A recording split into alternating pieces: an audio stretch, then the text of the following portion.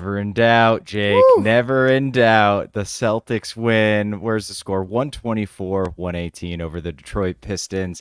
Dude, the Pistons always play us tough. What is this Always. bullshit? I mean, yeah, last year we have the Detroit Pistons losing streak, which we almost blew and go to overtime. And today we go up 20 and they stopped playing essentially and thought that they were just going to cruise to a W. And I guess they did in the end.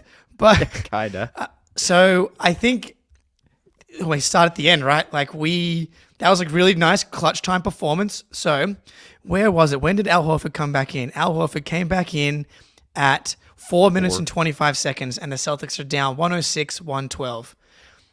Game ends, Celtics win 124-118, and it was that lineup, and it was everything that we became accustomed or have become accustomed to over the past 12 months. Defense cranked it up, good decisions on offense, getting downhill, big threes. Whew. Man, the Pistons gave us our first real basketball of the season. They did, man. And single game plus minus, obviously a flawed stat. I think this game, Al Horford was a plus 21. Second highest on the team was Jaylen Brown at plus 11. And that, to me, accurately describes how different of a team we were today with Horford. I mean, Luke was really struggling at times. He was not really looking at the rim. And the Pistons did what you were talking about, Jake. It's like they just switched everything and dared us to beat them. And we went really cold in that third quarter, and I think it looked worse than it probably should have. But my concern is really defensively. The dribble penetration was insane. Like Tillman was getting absolutely cooked, man. And that's why he's on the team. But part of me thinks he's extremely switchable for a center. He's out there playing power forward next to Luke Cornett, man. And I know Hauser's out, but it's kind of maddening seeing those two play together. Yeah, we've been talking about the double big stuff, and I'm like, oh, this is kind of cool. Horford and Tillman and Cornett and Tillman. It's it's not ideal, man. Obviously, it's not super surprising that the Luke Cornett, Xavier Tillman lineups don't look awesome. No Neemias Cater today. So did Joe go with an 8-man rotation today? Let me just see. That's 1, 2, 3. Oh, yeah, dude. That's too tight. I think you said I understand Hauser's out. We got to try one of these guys, whether it's, obviously this is the Jordan Walsh podcast. Jordan Walsh and Joy are on the screen right now. You got to try someone, whether it's Walsh, whether it's Springer, whether it's our guy, Littlefoot, Drew Peterson. Is it Baylor? Probably not. But is it Lonnie Walker? Yeah. Also, Pritchard just didn't play after the first quarter, pretty much. So he was awesome too. Yeah, he went awesome. nuts. He went nuts. He had 5 for I forget exact points he had in the first quarter, but he played 10 minutes in the first quarter, or in his first stint before he came out, and then he had another stint again. But he was a guy that was playing with speed and with force. But yeah, Eric in the chat, this team has 0 wing depth. Yeah, how's it going down? And we've talked about the wing with size that there's no O'Shea Brissett on this team. We kind of figured that it was going to be Jordan Walsh, or at least he was going to get a shot at it. I don't know. I think Joe should be trying Walsh in these spots. If he sucks, just take him out. These are the games where it's the perfect, this game is effectively meaningless for the outcome of this season. But it's real. It's competitive. Detroit's playing really hard. This is exactly when he should be getting minutes and getting out there and seeing what we can get. And Luke was, I thought, okay in his first stint in the first half, and then it all completely fell apart. Yeah. You're not going to be worse defensively with Walsh out there instead of Luke. Just in Not today. Not today is what I mean, because he's not going to guard the perimeter worse than Luke Cornett. And they were not bothered by Luke's length at the rim either. It was just a parade to the rim, and he was nowhere to be seen, man. And I don't think Walsh makes that any worse. So like, why the hell not? And Luke was an absolute zero on offense for large Literally. parts of this game. Like, he would not look at the rim. It was all the worst shit of Luke Cornett from last season that we hated. But Yeah, I no don't rebounds. Like, he was having a real tough time on the boards as well. Yeah, not a good Luke Cornett game. Not a good Xavier Tillman game. Oh, man, Xavier Tillman had a really nice stretch. He hit the three, which was playback cut out like for like 2 minutes when. Sure, it did. Yeah, so weird. I don't know what happened. The feds knocked out the broadcast on the Xavier Tillman. We missed the Xavier Tillman three and the Tatum three, like in that little stretch.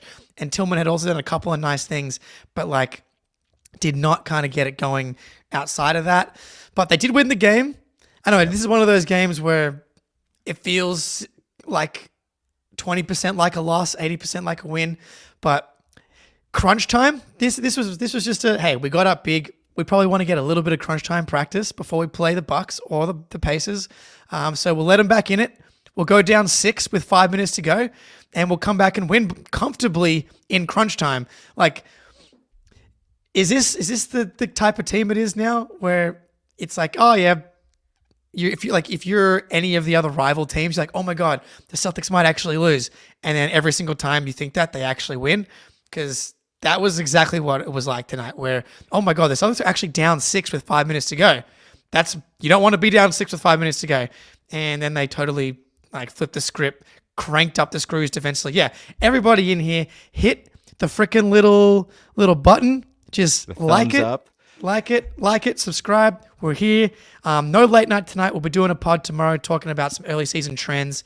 But yeah, instant reaction post Detroit Pistons win, undefeated 3-0.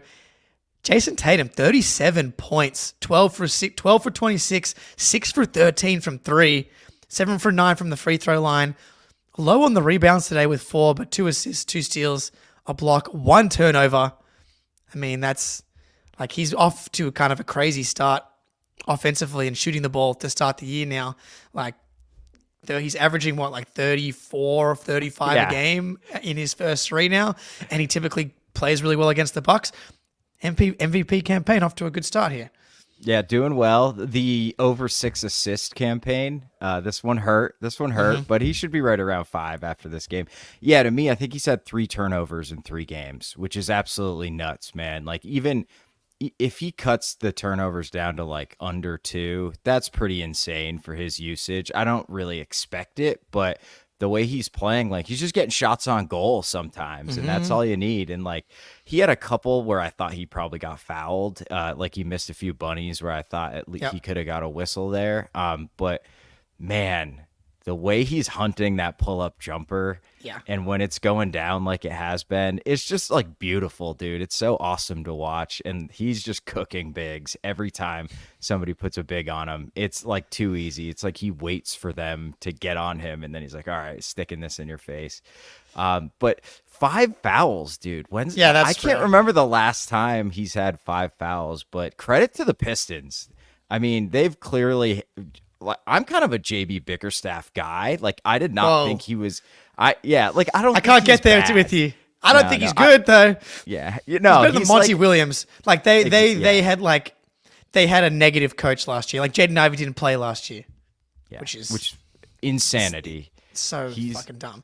He's really good. Like, they obviously clearly have a plan on both sides of the ball now. Maybe it's not the best plan, but they're so much better coached than they were last year and for the last few years. So they got something interesting brewing, man. And like, Ivy and Cade, like, there's something there. They're an interesting little duo, even if they don't totally make sense next to each other. Got to give a quick shout out to Celtics legend Tobias Harris. He was awesome today. 2 for 11, 0 for 5 from 3, 2 turnovers, fouled out. I didn't even notice. I didn't either. So, dude, when he got that corner 3 in crunch time, I was like, oh, good, it's Tobias. I knew that shit wasn't going in. He's literally been doing it for us for over half a decade now, and it was good to see him doing it one more time. But yeah, I like the Pistons' little foundation here. They make so much more sense now. Malik Beasley, Fontecchio, my guy, 3 for 5 from 3. That's good. Like, just a far more obviously, like, they got NBA players. They've got shooting on the team now. Like, Cade's good. Cade's good. Like the way that he's able to operate. Oh man, he hammered it home on D White poster, but D White got him back when it mattered late, dude. And you could see D White talking to the bench. I think he's like, I fucking got that one or something like that. Yeah. And now, I mean, they cranked the screws up, both Derek and Drew, in a way that like we've been totally used to seeing. It was like shades of the Pacers game, getting the stops on Nembhard and a couple of blocks from D White at the rim. Like they were fucking really good. Derek White had a really good game again. Like both Derek and Drew I didn't have any points, I think, in the first half. But D White, I think, had 17 second half points.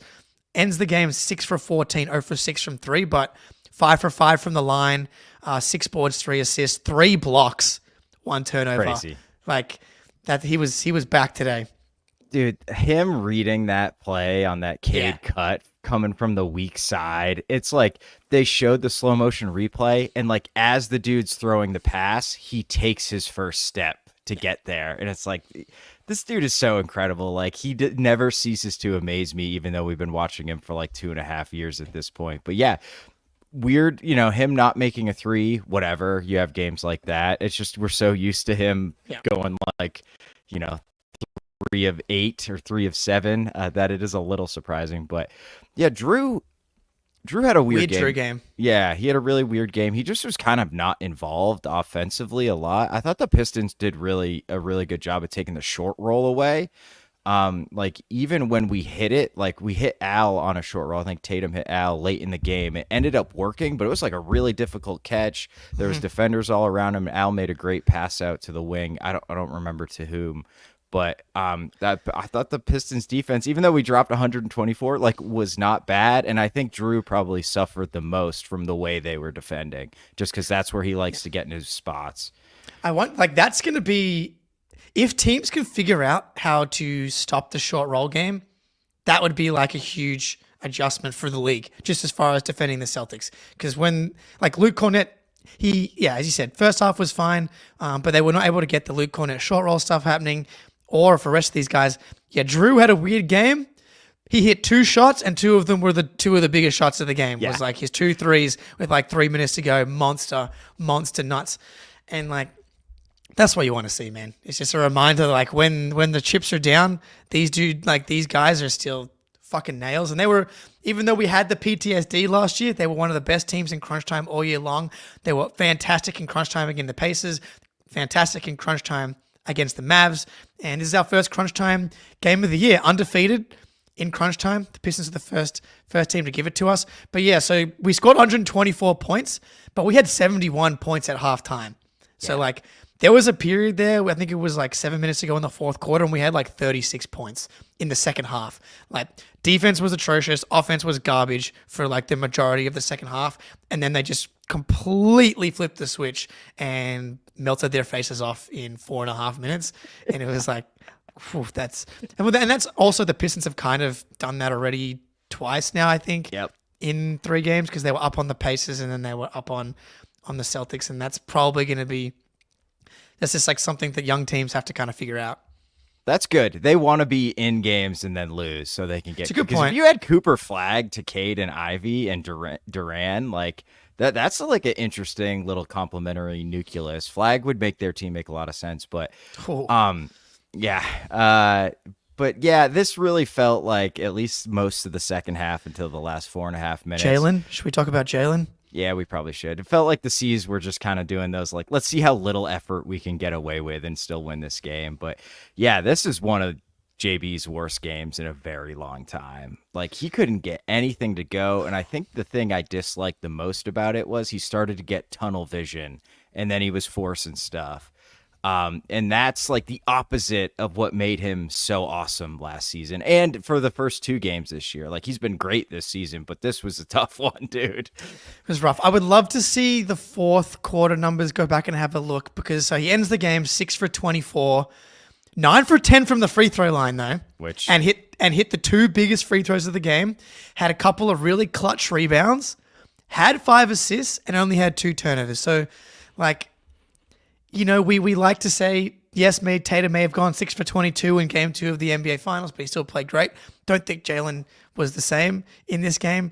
from a decision-making process, the tunnel vision, you're absolutely right, was absolutely back. Evil Jaylen was here. I did think that he turned it around in this same stretch and in the fourth quarter a little bit, but he was also like one of the main reasons why shit was falling apart for a big chunk of the second half.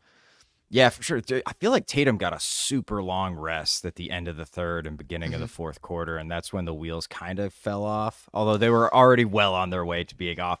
Even at the end of the first quarter, the Pistons cut it from 23 to like 11 right at halftime. So, yeah, man, not his greatest game, but whatever. Like, it's not like he was a plus 11. I don't know how much I really read into that specifically, but just like Drew and D White, he cranked the defense up in those last 4.5 minutes. Like he had that one, I think, almost steal on Cade where he dove on the floor. That was really nice. So this they just know. They know that like if we need 5 minutes to win this game, we can do it. So let's kind of go through the motions a little. I feel like we're gonna see shit like this a lot this season, dude. Like they're the champs. They know it. They know what they can get away with. Look, we saw it in the Wizards game.